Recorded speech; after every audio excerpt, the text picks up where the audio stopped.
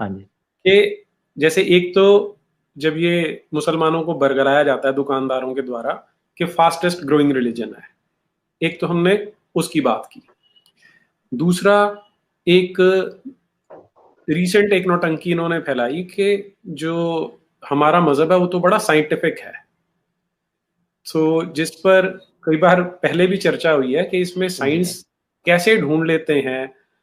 तो उसमें एक तो 1886 की बात आती है कि जो सन है वो, जो सूर्य है वो एक मटमैले उसमें तालाब में कीचड़ में। जाके डूब रहा है। जी हाँ, जी। कीचड़ में जाके डूब रहा है, तो ये किस तरह से इसको खड़ा करते हैं।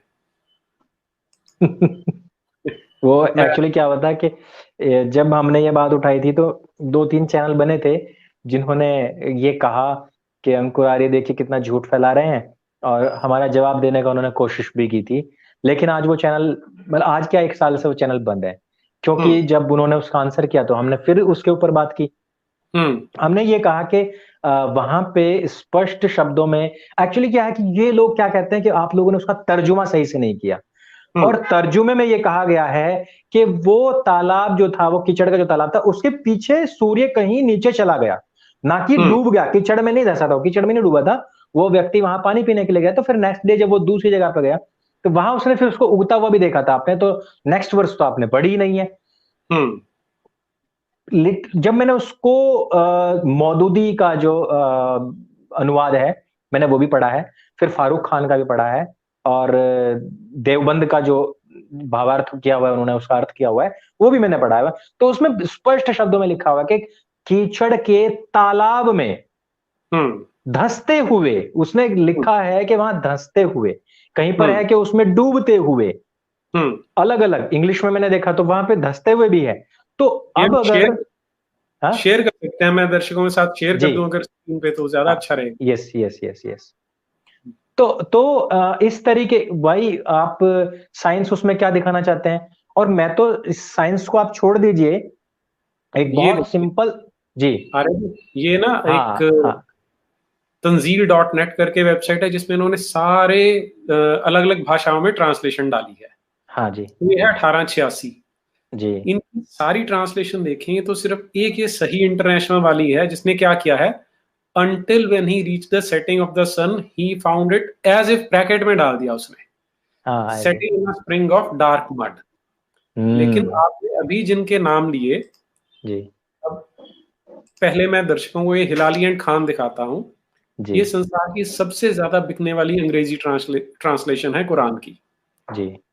Until when he reached the setting place of the sun, he found it setting in a spring of black, muddy और hot water।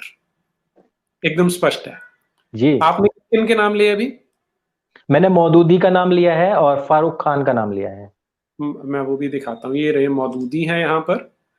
Until when he reached the very limits where the sun sets, वो वहां पहुंचा, उस limit पे हम्म पहुंचा जहां सन set करता है। He hmm, saw it setting in dark turbid waters। यहाँ भी आ गया। जी। हम्म। अच्छा, फिर ये जो बरेलवी सेक्ट के अहमद रजा खान थे, जी। उनका देखिए, he found it setting in, ये देखिए, to the extent that when he reached the setting place of the sun he found it setting in a muddy spring hmm. and found a nation there। और वहां लोग भी रह रहे थे। Yes. Hindi वाला कौन सा बोला था आपने? फारूक खान। फारूक खान। ये रहा फारूक खान एंड अहमद। हम्म यहां तक कि जब वह सूर्यास्त स्थल पर पहुंचा तो उसे मटमैले काले पानी के एक स्रोत में डूबते हुए पाया और उसके निकट उसे एक कौम मिली। तो ये हम्म। स्पष्ट सारों ने इनकी ट्रांसलेशन करी है। अब आप स्पष्ट देखिए ना, इसमें लिखा हुआ है कि वो उसमें डूबता पाया, जी। है ना? हम्म भाई आपने ये तो नहीं कहा कि वो सूर्य छिपा है या मतलब अस्त हो गया। हमारे यहाँ कहते हैं अस्त हो गया। हम्म ये, और यहाँ पे कह रहे हैं कि उस, आप ये कह देते कि वो, अब इसमें कीचड़ ना लेके आते, कीचड़ में डूब गया। हम्म मतलब बहुत ही स्पष्ट लफ्जों में जब कह दिया गया, तो उसके हम्म बाद में भी इसमें साइंस घुसाने की अगर कोशिश करेगा कोई व्यक्ति, तो वो हम्म मतलब उसको जुतियाने का मन करता है फिर, कि आपने ये मतलब अगर साइंस की हम लिंचिंग कर दी है आपने तो।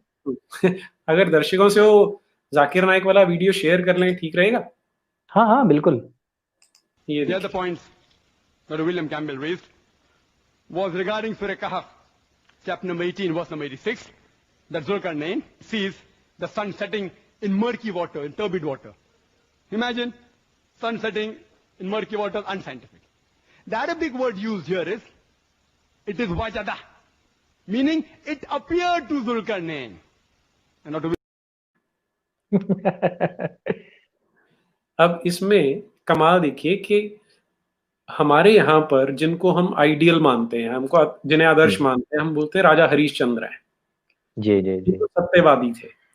युधिष्ठिर को कहा जाता है धर्मराज था, और क्योंकि उसने आधा झूठ बोला था तो उसको उसकी भी सजा मिली थी। यस, तो ये समाज है। और यहाँ पर इतने झूठे और मक्कार आदमी को सऊदी अरेबिया का प्रिंस अपने हाथों से गिफ्ट देता है, प्राइज देता है कि Islamic personality of the year है। तो इस तरह से इनको खड़ा करना पड़ रहा है, अपना जो ये विचारधारा है। इसका कारण है ना जी कि इस्लाम तो स्पष्ट कहता है कि अगर आपने झूठ बोल करके भी यदि आपने इस्लाम का प्रचार किया है और कुछ लोगों को इस्लामिक बनाया है, तो उसके लिए भी आप अल्लाह के कृपा पात्र हैं। तो इसमें सच सर्वोपरि है, सच को मानना चाहिए, इस तरह की वो प्रायोरिटी नहीं है। नहीं जी, नहीं। दूसरा एक पॉइंट मैं आपको बताऊंगा कि जहां पे मुझे वर्ष याद नहीं आ रही है, एंड में है वो दहाहा, जहां पे कहा गया कि देखिए पृथ्वी को ना यहाँ पे दहाहा कहा गया है। दहाहा का मतलब होता है शतुर्मुर्ग का अंडा। तो इसके ऊपर बड़ी बहस हुई थी, तो मैंने सारा खोज के देख लिया कि कहीं पर भी दहाहा का मतलब शतुर्मुर्ग का अंडा नहीं है, पहली चीज।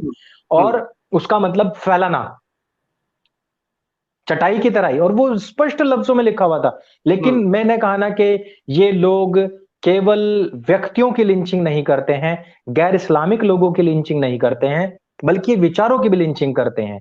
और इन्होंने साइंस को पूरी तरीके से लिंच कर दिया है।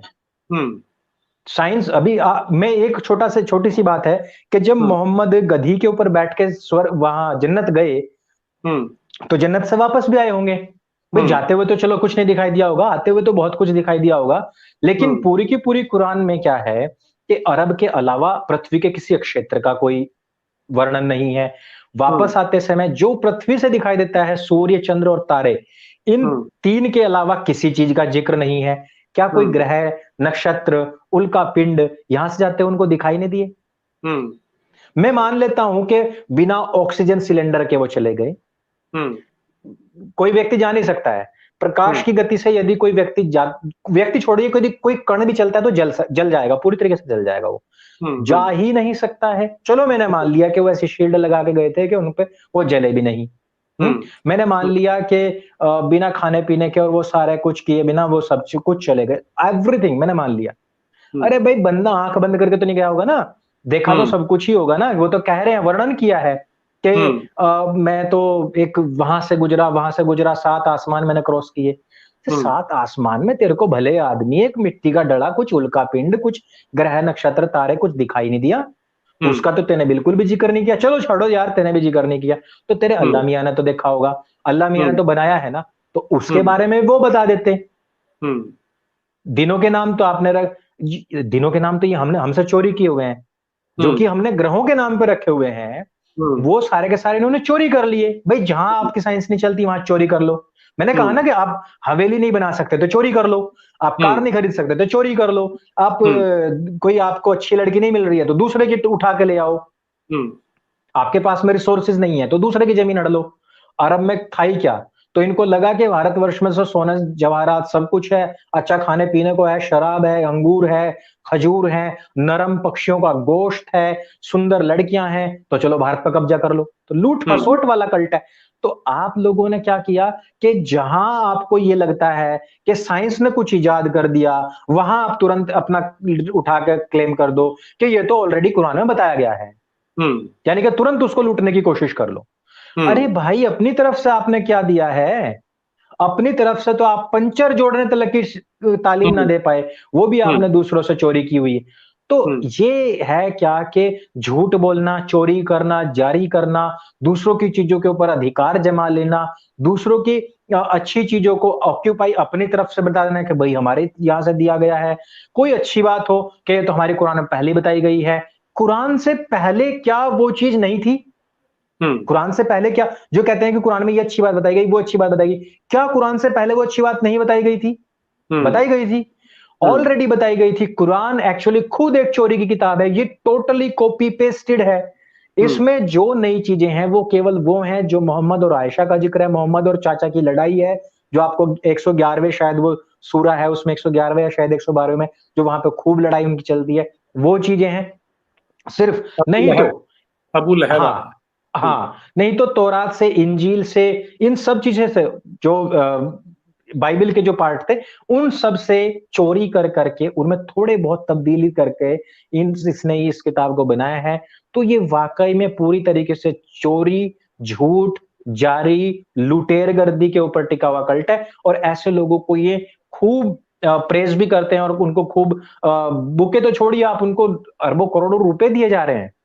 आज जाकिर नाइक को अरबों करोड़ों रुपए दिए जा रहे हैं। और अभी आपने एक वीडियो शेयर किया था सारा काली का, तो उसमें वो आपने बताया कि ये बकरा अंग्रेजी में कह रहा है कि जो गैर इस्लामिक लोग हैं, जब वो इस्लामिक कंट्रीज में आए तो उनको लिंच कर दिया जाए, मार दिया जाए। मुझे आपकी एक वीडियो बहुत अच्छी लगी, जो ओल्ड कार सेलर, जो आपने उसको टैग दिया बकरे को। बहुत अच्छी लगी मुझे वो आपकी वीडियो, कि किस प्रकार, और इसमें एक जाकिर नाइक को शायद आपको याद होगा कि उसने कहा था कि एक पुरानी कार होती है मारुति 800, क्या तुम मारुति 800 चलाओगे या फिर इसकी मारुति की नई कार चलाओगे? तो इसी प्रकार से जो वेद पुराण है, ये सारे के सारे मारुति 800 हो चुके हैं, और जो नई गाड़ी है वो कुरान है। तो आप लोग कुरान को चलाइए। तो वो है भी मेरे ख्याल से वो कार सेलर ही है एक तरीके से। हालांकि उसका हमने बड़ा अच्छा जवाब दिया था, लेकिन ये आज आपने जो पॉइंट्स उठा रहे हैं बहुत बहुत जबरदस्त हैं, लोगों तक पहुंचने चाहिए इनके आंसर्स। जी, ठीक है अंकुर जी, 1 घंटा हो गया हमारा। हाँ जी। तो वैसे तो मन ही नहीं कर रहा कि बात खत्म करें, समय की भी अपनी मर्यादा है। तो अब एक किसी दर्शक ने कुछ पूछा हुआ है, प्रणव सिंह है, स्वामी श्रद्धानंद की मूवमेंट को पुरजोर तरीके से एग्रेसिव मोड पे क्यों नहीं चलाया जा सकता? जी, डर में क्या होगा? क्षत्रिय स्पिरिट को रिवाइव करना होगा, आपका क्या विचार है?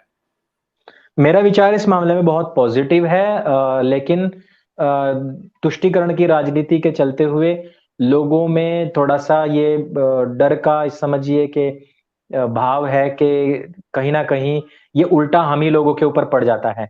हालांकि देखिए, स्वामी श्रद्धानंद जी की जो मुहिम थी उसको हम कर रहे हैं, और मुझे गर्व होता है इस बात को बताते हुए कि हमारी जो ग्राउंड टीम है कर्मयोगी, और वो हर दिन कहीं ना कहीं पे किसी ना किसी भाई से बात कर रही होती है, कहीं ना कहीं कोई ना कोई शुद्धिकरण करा रही होती है। अभी बवाना क्षेत्र में, और हरियाणा के, और हरियाणा दिल्ली बॉर्डर के, और राजस्थान के बहुत सारे क्षेत्रों में बहुत सारी घर वापसियां उन्होंने कराई है। अग्निवीर टीम है जो इस तरीके की घर वापसियां शुद्धिकरण कराती है। उनका अधिकतर फोकस इस बात के ऊपर रहता है कि हमारे दलित समाज के लोग हैं वो किसी भी तरीके से किसी के बहकावे में ना आए, और उनको अपनी जो मुख्य धारा है उससे जोड़ के रखा जाए। तो अलग अलग क्षेत्रों में हम काम कर रहे हैं, और मैं आपको बताऊं कि ये हमारी शुरुआत है। सत्य सनातन 2 साल से, नीरज भाई जी जो हैं अभी 3-4 साल से, और अभी तो मतलब जो मेन फोकस में तो अभी उन्होंने फुल टाइम देना शुरू किया है। वो एक बहुत अच्छे फिजिक्स टीचर थे, और उन्होंने इस आप लोगों की सेवा के लिए ही सारी चीजें छोड़ी हैं, पूरी तरीके से इस फील्ड में आए हैं। तो मैं सोचता हूं कि प्रणव जी, हमें भी थोड़े लंबे समय की योजनाएं बनानी होंगी। हमें कुछ लोग इस तरीके के जोड़ने होंगे जो इन सब चीजों में पूरी तरीके से तन मन धन से सहयोग कर सकें। क्योंकि चीजें क्या होती हैं कि एक बार अग्रेसिव तो आपने कह दिया कि क्षत्रिय मोमेंट इसके लिए चलना चाहिए, लेकिन क्या होता है कि हमारी जो जनता है वो उतनी ज्यादा जागरूक नहीं है। मुझे ऐसा लगता है कि गुलामी काल में डीएनए में कुछ कमियां भी आई हैं, स्पष्ट कहूं तो, कि वो जो खुल के बोलने वाला, जो क्षत्रियत्व कोई जाति के साथ या सरनेम के साथ नहीं है।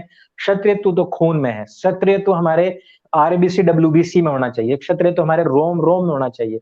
हमारी हर सांस के साथ क्षत्रियत्व हो, ब्राह्मणत्व हो, वैश्य गुण हो, शूद्र के गुण हो, तब जाकर के ये मोमेंट को हम आगे बढ़ा सकते हैं। स्वामी श्रद्धानंद जो थे, देखिए महर्षि देवदयानंद सरस्वती और श्रद्धानंद जी का जो मोमेंट था वो उस टाइम पे एक बहुत जरूरी मोमेंट था।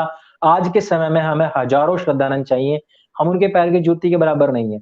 हमें बहुत मेहनत करने की जरूरत है, बहुत सारे लोगों को आगे आने की जरूरत है, उन लोगों को ये बताने की जरूरत है कि उनकी विचारधारा क्या है और वो कितने पक्के हैं। सबसे बड़ी चीज, किसी भी मोमेंट के लिए लंगोट और जेब का पक्का होना बहुत जरूरी है, क्योंकि हमारे यहाँ पे चारित्रिक अवगुण दोष और जो वित्तीय दोष जो होते हैं वो बहुत जल्दी आ जाते हैं। मैंने बहुत बड़े-बड़े मोमेंट देखे, बहुत बड़े-बड़े हिंदूवादी नेता देखे, जो आने वाले समय में फिर कहीं न कहीं किसी ना किसी मामले में फिर झुक जाते हैं, समझौता कर लेते हैं।